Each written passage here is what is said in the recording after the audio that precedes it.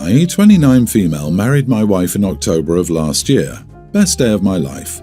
My 32 sister Bianca has been in MLM for almost 3 years. She has seriously become another person since she started her business. We share some group chats, and not a day goes by that she doesn't send out catalogs, promotions, and walls of text about how lucrative the opportunity is. About the topic. It was the beginning of the wedding reception. My wife and I are talking to some of our guests when our wedding planner frantically approaches us and tells us that a guest is handing out MLM business cards to arriving guests. It turns out it was Bianca. I asked her to stop and she did, except she spent the whole night trying to talk people into the business.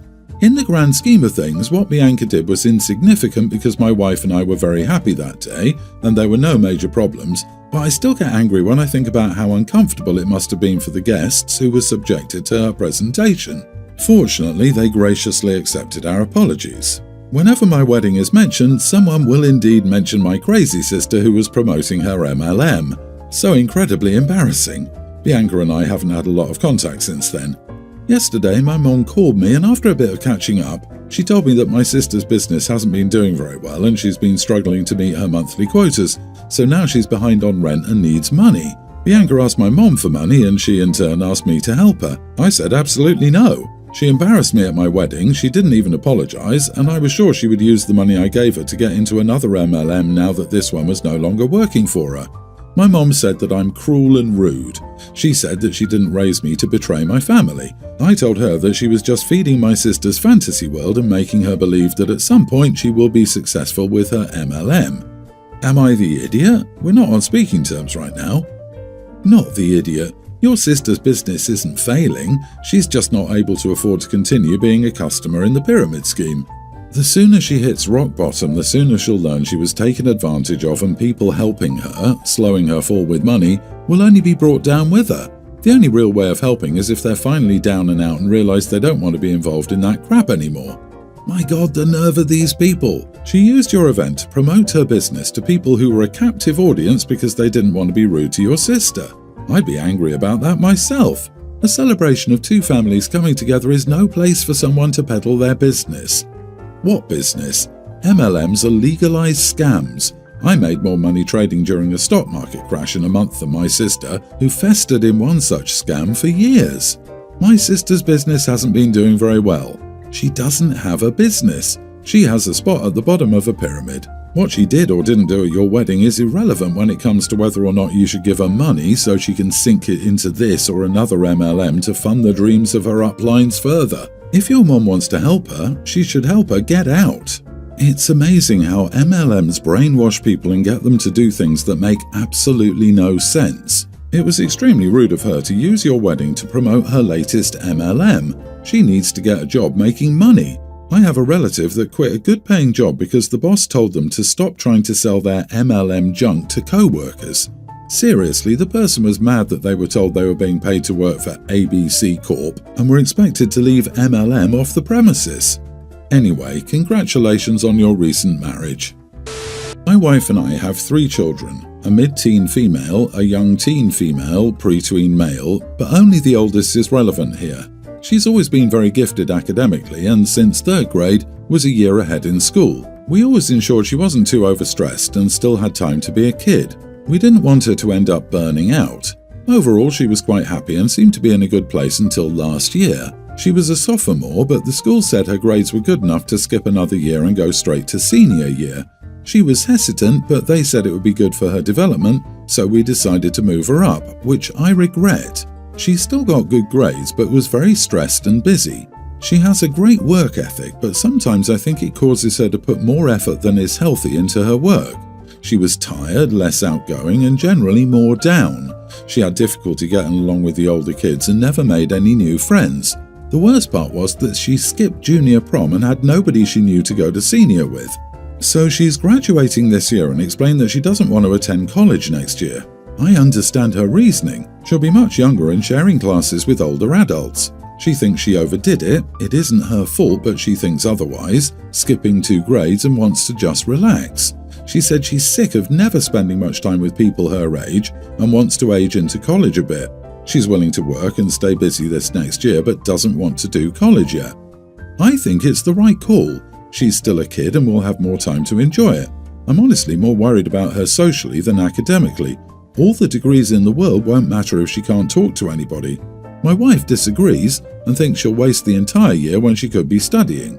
She accused me of being a fun parent who doesn't care about our daughter's future. Not the idiot. Being 2 years younger than everyone else might not seem like much, but it is at that age. Being mindful of your daughter's mental well-being does not make you a fun parent. It makes you a caring parent. Since your daughter seems to be feeling depressed and burnt out, I would recommend you stand your ground. Her academic possibilities won't diminish from waiting a year. You recognize the early signs of burnout for your daughter. If you were to force her into college now, it would just get worse. Good on you for taking mental health seriously. Many adults take a gap year to recharge mentally, and because she's 2 years ahead, after her gap year she'll still be 1 year ahead. Win-win for everyone. Agree. So she finishes university early too?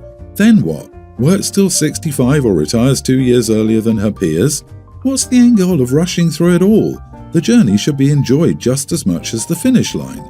Maybe a selling point to your wife could be for her to use this year to catch up with some of the things she missed out on while focusing too hard on academics, i.e. social development and health habits, rather than characterizing it as just relaxing and lounging around for a year. I, 37 male, am getting married this fall and have chosen not to invite my daughter Bella, teen, due to circumstances I will explain in this story before people tell me that we should sit down and talk or do therapy. Those options have been exhausted and are no longer viable. My ex-wife Teresa, 38, and I do not have a good relationship. We started dating at 16 and then had Bella at 21. At first, everything was awesome, but then my wife started hanging out with a group of women, just not very good people. I refused to hang out with them. My wife started drinking heavily with this group and going out at night, leaving me with our daughter. I didn't like how she was keeping up our home either, as I worked full-time and she didn't. The final straw was when I was forced to come along bar hopping. Teresa got embarrassingly intoxicated, then started calling me a loser in front of everyone. This was not the first time she'd publicly disrespected me. She habitually tried to show off to her friend by belittling me. I filed for divorce the following weekend. The original custody agreement was 50-50, which then changed because I asked for a DNA test on Bella. I'd heard rumours and wanted to confirm. My ex blew up and refused to allow a DNA test to be done, solidifying what I expected. My ex returned and got full custody because I refused to pay child support without a DNA test.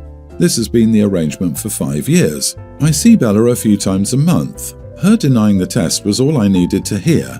It was cheaper than paying for one, and she wasn't chasing child support, so I wasn't going to go chasing a test that I already got a de facto answer to. I do what I can, but I don't have custody, so it's difficult. I'm engaged to one of my best friends, Chrissy, 33 female. We've known each other since college. Bella hates her for no reason. Chrissy wasn't even involved in my life once I got married. Bella, for some reason, thinks she's terrible. Chrissy has been nothing but nice to Bella. Recently, someone showed me Bella's social media, where she blasted us, saying how she'd had a deadbeat dad, not true as I paid for her and her mom for 7 years, and still give her money whenever I see her, and called Chrissy a witch in the same post. I was planning my invites for our wedding, and I didn't invite Bella. She doesn't care for us. She called Chrissy a witch, and shamed me on social media lying for attention. I also don't want drama at my wedding.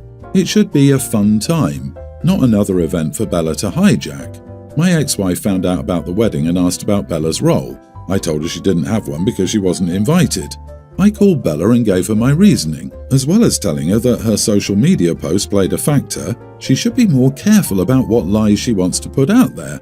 She tried to apologize and say she would behave at the wedding. I told her that I knew she didn't like Chrissy or me that much, so why would she expect an invite? She called me an idiot and we haven't spoken since. Am I the idiot? If you've wanted a DNA test for 5 years, that means Bella was what, a tween when you decided you wanted one? This tells her that you only consider her your daughter and want 50-50 custody if she is genetically yours, even though you raised her from childhood. Weird hill to die on if you actually care about her at all, and weird to expect her to want to get along with your fiancé. You are the idiot. I wasn't going to go chasing a test which I already got a de facto answer to. Look, they made up their mind and didn't care about the kid anymore. He never actually got the test though. He took her refusal to take a test as definitive proof that Bella isn't his.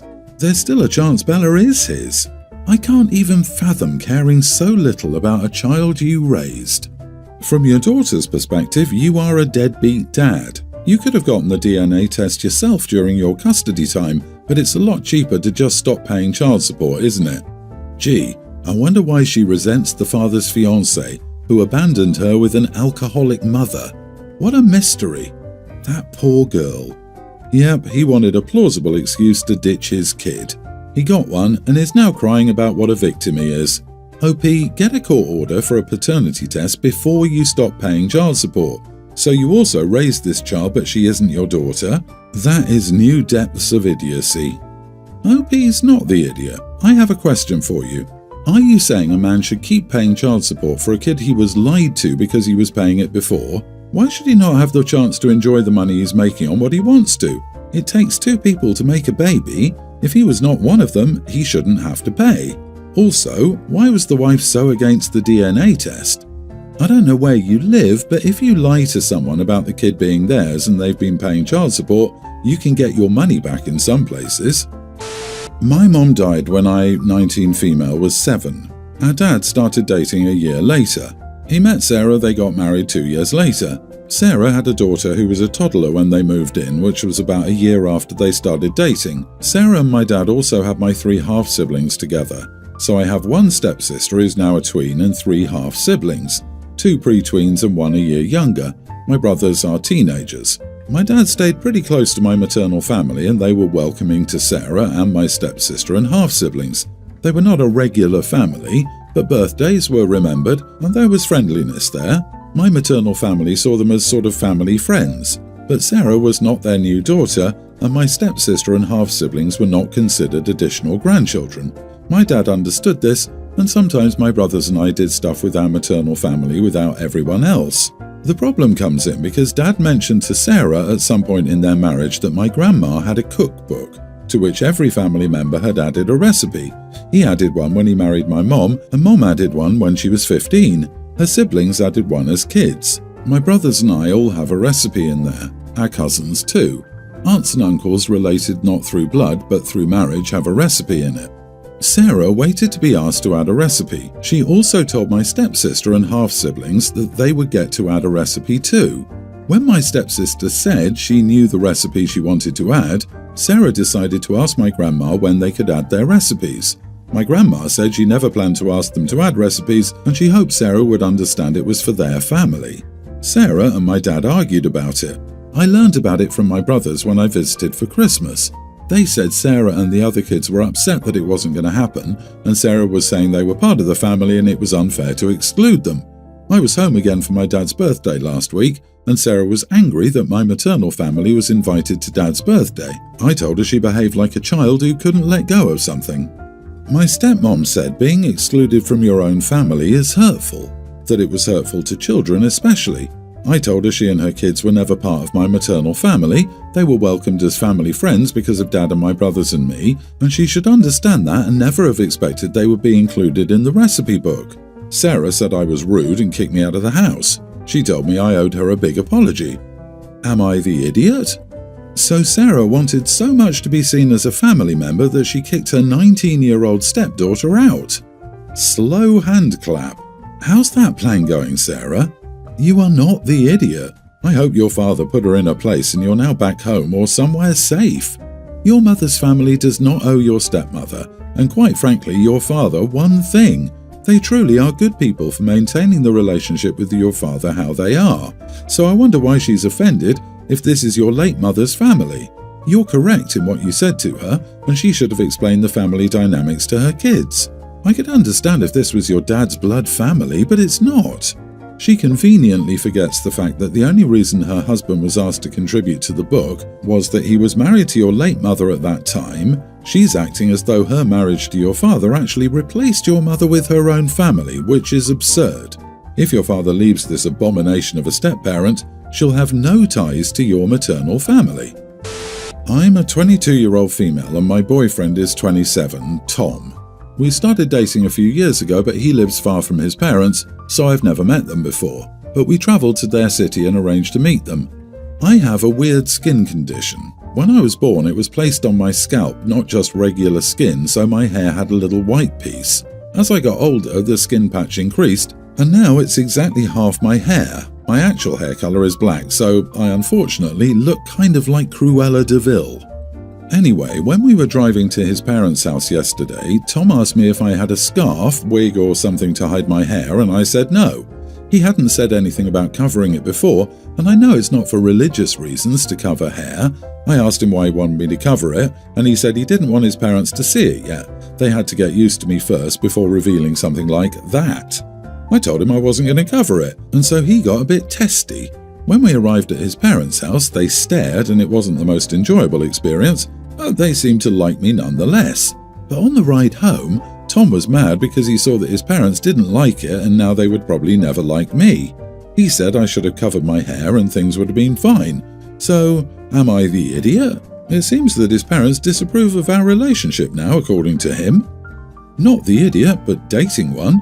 Tom cares more about his parents' perceptions of your hair than about you and your feelings.